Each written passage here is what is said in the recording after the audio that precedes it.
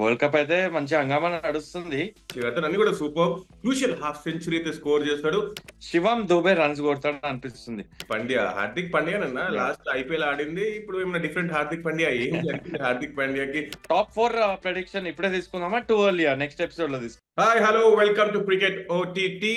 World cup fever నడుస్తుంది, super 8 కూడా నడుస్తుంది. So India versus Afghanistan match అయితే చాలా హంగామా జరిగింది. సో అవన్నిటి గురించి మాట్లాడడానికి యాజ్ ఆల్వేస్ మన హనుమా విహారీ బాబా రెడీగా ఉన్నాడు. బాబా నమస్తే, ఎట్లున్నావు? బాగున్నావా? నమస్తే. వరల్డ్ కప్ అయితే మంచి హంగామా నడుస్తుంది. సూపర్ 8 వచ్చాక ఇంట్రెస్ట్ పెరిగింది, ఎందుకంటే యుఎస్ఏ లో వికెట్స్ కొంచెం బ్యాట్స్మెన్ ఫ్రెండ్లీ లేదు, బౌలర్స్ ఫ్రెండ్లీ ఉండే. కానీ ఇక్కడ వెస్టిండీస్ లో కొంచెం బ్యాట్స్మెన్ ఊపిరి పీల్చుకున్నారని చెప్పాలి. కొంచెం స్కోర్స్ అయితే వస్తున్నాయి. మనం చూసాము ఇండియా ఆఫ్ఘనిస్తాన్ మ్యాచ్ కూడా 180 స్కోర్ చేశారు ఇండియా, 181 టు బి ఎగ్జాక్ట్. కానీ యుఎస్ఏ నుంచి ఎలా అయితే 110 120 కూడా విన్నింగ్ స్కోర్ అనుకుంటున్నాము, వెస్టిండీస్ వచ్చాక కొంచెం ఆ స్కోర్స్ అనేది పెరుగుతున్నాయి. పిచెస్ కొంచెం బెటర్ అయినాయి. And India versus Afghanistan match, Afghanistan దగ్గర స్ట్రాంగ్ స్పిన్నర్స్ ఉన్నారు. సో కొంచెం స్పిన్ ఫ్రెండ్లీ కండిషన్స్ కూడా ఉండే. ఇండియా ఫస్ట్ బ్యాటింగ్ చేసింది, దాని తర్వాత ఇమీడియట్లీ 2 overs లోనే రోహిత్ శర్మ అవుట్ అయ్యాడు. దాని తర్వాత కొంచెం బ్యాటింగ్ అయి ఉంటారు అందరు. కానీ మిడిల్ ఓవర్స్ గురించి మాట్లాడదాం. ద వే ఎట్లయితే ఆడినాడో సూర్యకుమార్ యాదవ్, తన ఇంటెంట్ మనకు తెలిసిందే. వరల్డ్ లో నంబర్ 1 T20 బ్యాటర్ తెలిసిందే. స్వీప్, స్పిన్నర్స్ మంచిగా ఆడతాడు, అన్ని కూడా సూపర్. క్రూషియల్ హాఫ్ సెంచరీ అయితే స్కోర్ చేస్తాడు. చాలా మంచి ఇంటెంట్ తోటి అండ్ మంచి స్ట్రైక్ రేట్ కూడా వేయాలి. అండ్ ఆల్సో గుర్తుపెట్టుకోవాల్సింది ఏంటంటే ఇంపార్టెంట్ టాస్ గెలిచాడు రోహిత్ శర్మ. వాళ్ళ దగ్గర చాలా ఎక్స్పీరియన్స్ స్పిన్నర్స్ ఉన్నారు. ఆఫ్ఘనిస్తాన్ దగ్గర రషీద్ ఖాన్ గానీ, లేకపోతే నబీ అయినా, నూర్ అహ్మద్ కూడా చూసాం ఐపీఎల్ ఎలాంటి బౌలింగ్ వెళ్తాడు. అందుకే ఫస్ట్ బ్యాటింగ్ చేసి స్కోర్ చేయడం చాలా ఇంపార్టెంట్ ఇండియన్ టీమ్ కి. ఒకవేళ సెకండ్ బ్యాటింగ్ చేస్తే ఆఫ్ఘనిస్తాన్ 150 కొట్టినా కూడా అంత ఈజీ టోటల్ కాదు, ఎందుకంటే స్పిన్నర్స్ ఎక్స్ట్రాడినరీ స్పిన్నర్స్ ఉన్నారు వాళ్ళ దగ్గర.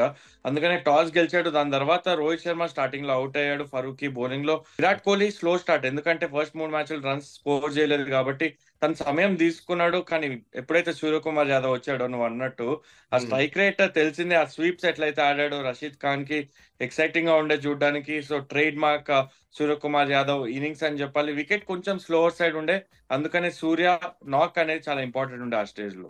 అందరూ అప్రోచ్ చాలా మంచిది, ఎందుకంటే చాలా ధైర్యంగా కూడా ఆడుతున్నారు. చాలా డీప్ బ్యాటింగ్ కూడా ఉంది కాబట్టి అక్షర్ పటేల్ వారు కూడా బ్యాటింగ్ ఉంది. So let's touch on Hardik Pandya. Hardik పాండ్యానన్న లాస్ట్ ఐపీఎల్ ఆడింది. ఇప్పుడు ఏమైనా డిఫరెంట్ హార్దిక్ పాండ్యా ఏం జరిగింది హార్దిక్ పాండ్యాకి? తన కాంట్రిబ్యూషన్ విత్ బాల్ కూడా లాస్ట్ ఫ్యూ మ్యాచెస్ నుంచి విత్ బ్యాట్ కూడా అగేన్స్ట్ ఆఫ్ఘనిస్తాన్ మంచి కాన్ఫిడెన్స్ అయితే ఆడుతున్నాడు విహారీ. ఎస్ ఆశ, ఇప్పుడు చూస్తే టీమ్ కాంబినేషన్ కూడా హార్దిక్ పాండ్యా ఉన్నాడు కాబట్టి 2 సిమోన్స్ తో వెళ్ళారు. ఈ మ్యాచ్ చూస్తే కుల్దీప్ యాదవ్ ఆడిపించారు, ఎక్స్ట్రా అసిస్టెన్స్ ఉంటది స్పిన్నర్స్ కి అని చెప్పి. సో హార్దిక్ పాండ్యా ఎంత ఇంపార్టెంట్ ప్లేయరో మన అందరికీ తెలిసిందే. ఇండియన్ టీమ్ ఆ కాంబినేషన్ అనేది తను ఉన్నప్పుడు ఇంకా బెటర్ గా ఉంటది. అదే తన ఫామ్ లో ఉండడం చాలా ఇంపార్టెంట్ అని మాట్లాడడం. ఐపీఎల్ అంత పెద్ద ఫామ్ లో లేడు, కెప్టెన్సీ ప్రెషరా లేకపోతే ఎక్స్టర్నల్ ప్రెషర్స్ చాలా ఉంటాయి తనకి, ఎందుకంటే యాజ్ అ కెప్టెన్ అంత పెద్ద ఫ్రాంచైజీకి ఆడుతున్నప్పుడు అంత ఈజీ కాదు. ఆ ప్రెషర్ ఫీల్ అయినట్టు కనిపించింది. కానీ ఎప్పుడైతే ఇండియన్ టీమ్ కి వచ్చాడో డిఫరెంట్ హార్దిక్ పాండ్యా అని చూస్తున్నాం. బ్యాటింగ్ లో ఫ్రీగా ఆడుతున్నాడు, ఎలా అయితే సిక్సెస్ కొట్టాడో నిన్న కూడా చూస్తే ఎక్స్ట్రాడినరీ హిట్టింగ్, మంచి ఫామ్ లో కనిపిస్తున్నాడు హార్దిక్ పాండ్యా. అండ్ బౌలింగ్ లో కూడా కాంట్రిబ్యూషన్స్ చేస్తున్నాడు కాబట్టి so Hardik Pandya key player, అలానే పర్ఫామ్ కూడా చేస్తున్నాడు. అండ్ ఆల్సో మాట్లాడాల్సింది ఏంటి అంటే కొంచెం అవుట్ ఆఫ్ ఫార్మ్ బ్యాటర్స్ కూడా ఉన్నారు మన దగ్గర, అది కొంచెం కన్సర్న్ అనేది మాట్లాడారు. ఓపెనింగ్ కాంబినేషన్ అది సెట్ అవుతుందా అవ్వట్లేదా ఒక క్వశ్చన్ మార్క్. ఇద్దరు కూడా experience players definitely, Rohit Sharma, Virat Kohli. దాంతోపాటు శివం దుబే తీసుకెళ్లారు ఈ వరల్డ్ కప్ లో. అంత పెద్ద ఇంపాక్ట్ అయితే చూపించలేదు ఇప్పుడు దాకా. అదేమైనా concern Ashish? I think work out అయితలేదు. అదే కన్సర్న్ గురించే మాట్లాడడానికి ఇప్పుడే రెడీగా అవుతున్నా. ఇట్లా క్యాచ్ చేసేసినావు నువ్వు సూపర్ గా. ఏమైనా జైస్వాల్ ని ఆడిపోయానా? విరాట్ కోహ్లీ నంబర్ 3 వచ్చే యాంకర్ అట్లా మొత్తం లాస్ట్ వరకు ఆడిపోయినా, లేకపోతే శివం దుబే ప్లేస్ లో సంజు శాంసంగ్ అని కూడా మనం మాట్లాడుకున్నాం. కానీ బ్యాక్ చేస్తున్నారు టీమ్ ఇండియా ఆబ్వియస్లీ ఎక్కువ బ్యాక్ చేస్తూనే ఉంటారు. కానీ కమింగ్ మ్యాచెస్ లో ఎలాగా, ఎందుకంటే ఇది ఒక బిగ్ కన్సర్న్ లెక్కైతే అనిపిస్తుంది for sure. So maybe change చేస్తారా, లేకపోతే విన్నింగ్ కాంబినేషన్ తోటే వెళ్తారా? Like what do you think Bihari? Problem ఏంటంటే విరాట్ కోహ్లీ నంబర్ 3 వస్తే ఇప్పుడు రిషబ్ పంత్ బాగా ఆడుతున్నాడు నంబర్ 3 లో. చూసాం నిన్న కూడా ఒక ఇంపార్టెంట్ క్యామియో అయితే ఆడాడు రిషబ్ పంత్.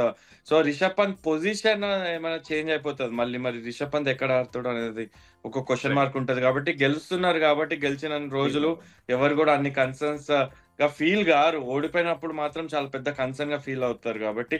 సో నాకు తెలిసి నెక్స్ట్ మ్యాచ్ చూసుకుంటే బంగ్లాదేశ్ తో ఉంది, అది కూడా ఈజీగా గెలవాలి. సో మంచి ఫామ్ లోకి వచ్చే అవకాశం ఉంటది. రోహిత్ శర్మ అయినా, విరాట్ కోహ్లీ అయినా, శివం దుబే అయినా, వీళ్ళందరూ కూడా ఫామ్ లోకి వస్తే ఆల్ ఇంపార్టెంట్ మ్యాచ్ ఆస్ట్రేలియాతో ఉంటది. అప్పుడు కల్లా అందరు ఫామ్ లో ఉన్నారంటే డెఫినెట్లీ చాలా డేంజరస్ సైడ్ గా అయితే ఇండియా మారుతుంది. బౌలింగ్ విషయంలో ఏంటి మరొకసారి ఎవరు పర్ఫామ్ చేశారు?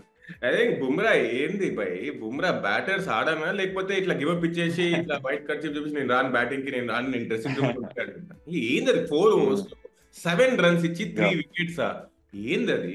అన్బిలీవబుల్. ఆడుకుంటున్నాడు అవుట్ స్వింగ్ అంటే అవుట్ స్వింగ్, ఇన్ స్వింగ్ అంటే ఇన్ స్వింగ్, స్లోవర్ వన్ అంటే స్లోవర్ వన్. సో ఏది అనుకున్నా కూడా పర్ఫెక్ట్ ఏరియాస్ లో వేస్తున్నాడు కాబట్టి బ్యాటర్స్ అందరు కూడా చాలా డిఫికల్ట్ అవుతుంది యూనిక్ యాక్షన్ తోటి.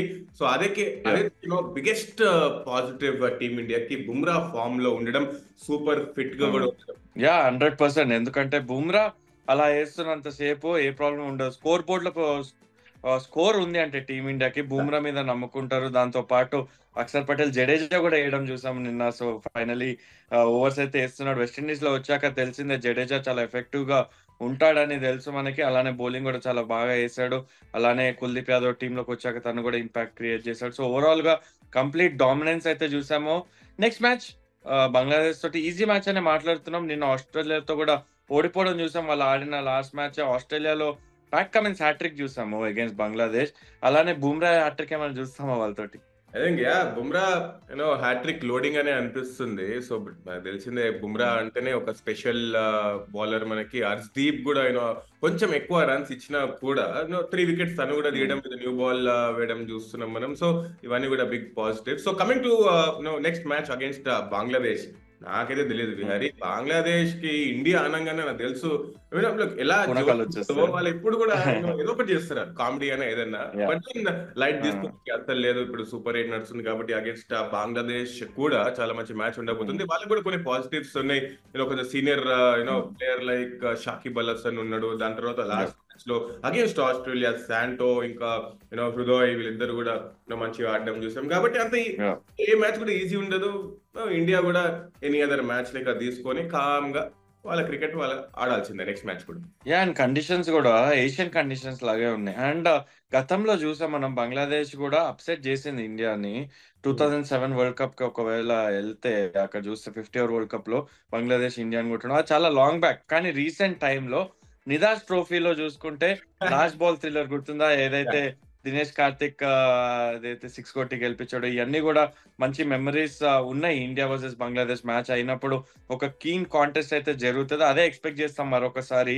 వరల్డ్ కప్ కాబట్టి మొత్తం ఫైర్డ్ అప్ ఉంటారు. బంగ్లాదేశ్ కూడా ఓడిపోయేసి వస్తుంది. ఇండియా ఒక మంచి రన్ లో ఉంది. అందుకని ఈ కాంటెస్ట్ కూడా చాలా ఇంట్రెస్టింగ్ గా ఉండబోతుంది. బ్యాటిల్స్ గురించి వస్తే డెఫినెట్ గా మరొకసారి ముస్తఫిజుర్ రెహమాన్ ఒక ఇంపార్టెంట్ బౌలర్ వాళ్ళకి బంగ్లాదేశ్ కి. అతను Mustafizur versus Indian openers at the same time death లో కూడా హార్దిక్ పాండ్యా ఎలా ఆడతాడు, ముస్తఫిజుర్ రెహమాన్, ఇవన్నీ కూడా చాలా క్రూషియల్ కాంటెస్ట్ లాగా నాకు అనిపిస్తుంది ఆశీష్. లెఫ్ట్ ఆర్మ్ పేసర్ అనగానే ఇక అందరు కూడా ఇట్లా కళ్ళు ఇట్లా వైడ్ ఓపెన్ చేస్తారు. ఆడగలుగుతారా లేదా రోహిత్ శర్మ, దాని తర్వాత విరాట్ కోహ్లీ బాల్ ఏమైనా లోపల వైపు వస్తే స్ట్రగుల్ అవుతారా? సో ఇవన్నీ కూడా తెలిసిపోతాయి మనకి నెక్స్ట్ మ్యాచ్ లో. So players to watch out for Hanuma Vihari next match వరకు. నీ ప్రెడిక్షన్ టైం అయితే వచ్చేసింది, మంచి ప్రెడిక్ట్ చేస్తావు కాబట్టి players to watch out for 2 teams నుంచి ఒకసారి చెప్పేస్తే మన సబ్స్క్రైబర్స్ కూడా మంచిగా ఖుషి అవుతారు, వాళ్ళపైన మంచిగా హోప్స్ పెట్టుకుని ఉంటారు. So Virat Kohli back in form అలాగా అనిపిస్తుంది. డెఫినెట్ గా రన్స్ చేస్తాడు వర్సెస్ బంగ్లాదేశ్. రోహిత్ శర్మ ఒక ఇంపార్టెంట్ 30 మంచి స్టార్ట్ అయితే అందిస్తాడు అనిపిస్తుంది, 30-40. కానీ శివం దుబే రన్స్ కొడతాడు అనిపిస్తుంది డెఫినెట్ గా. ఎందుకంటే వాళ్ళ స్పిన్నర్స్ ఉన్నారు వాళ్ళ దగ్గర, బంగ్లాదేశ్ దగ్గర. వాళ్ళ స్పిన్నర్స్ ని టేక్ ఆన్ చేసి రన్స్ కొడతాడు. అట్లీస్ట్ ఒక 40 రన్స్ అయితే స్కోర్ చేస్తాడు అనిపిస్తుంది. So batting point of view లో ఇది నా players to watch out for. But bowling లో బుమ్రా కాకుండా వేరే బౌలర్స్ చెప్పు. అదే ఇంకా ఇదైతే చాలా కష్టం కొంచెం. బుమ్రా అయితే నో బ్రెయినర్. సో కొంచెం స్పిన్ ఫ్రెండ్లీ కండిషన్స్ ఉన్నాయి అంటే మేబీ జడేజా తీస్తాడు అనిపిస్తుందా. తీస్తే చాలా మంచిది. జడేజా తను ఫామ్ లో ఉంటే మనకు తెలిసిందే ఎలా అయితే మొత్తం 4 overs చాలా ఇంపార్టెంట్ ఉంటాయి. దాంతో పాటు అక్షర్ పటేల్ ఓవరాల్ చాలా strong side. First number 1 choice అయితే బుమ్రా. నాకైతే నువ్వు అది ఇవ్వలేదు, but back Jadeja. So Jadeja కొంచెం వికెట్స్ ఇస్తే మంచిగా ఉంటుంది అనిపిస్తుంది. So before we wrap up Vihari, last question there, do you see any changes same team తోటి వెళ్తారా లేకపోతే same team same okay team, ఎందుకంటే వెస్టిండీస్ కండిషన్స్ లో పర్ఫెక్ట్ కాంబినేషన్ ఆడిపిస్తున్నారు కాబట్టి చేంజ్ చేయాల్సిన అవసరం లేదు. విన్నింగ్ కాంబినేషన్ అలానే కంటిన్యూ చేయాలి. At the same time top 4 prediction ఇప్పుడే తీసుకుందామా, టూ ఎర్లీ నెక్స్ట్ ఎపిసోడ్ లో తీసుకుందామా? టూ ఎర్లీ నెక్స్ట్ ఎపిసోడ్ త్వరగానే ఇట్లా మొత్తం వచ్చేస్తూనే ఉంటది కాబట్టి కొంచెం వెయిట్ చేద్దాం.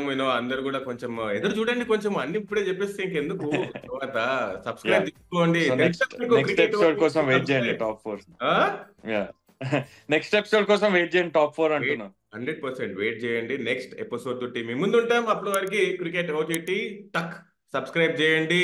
Will see you guys yeah, soon.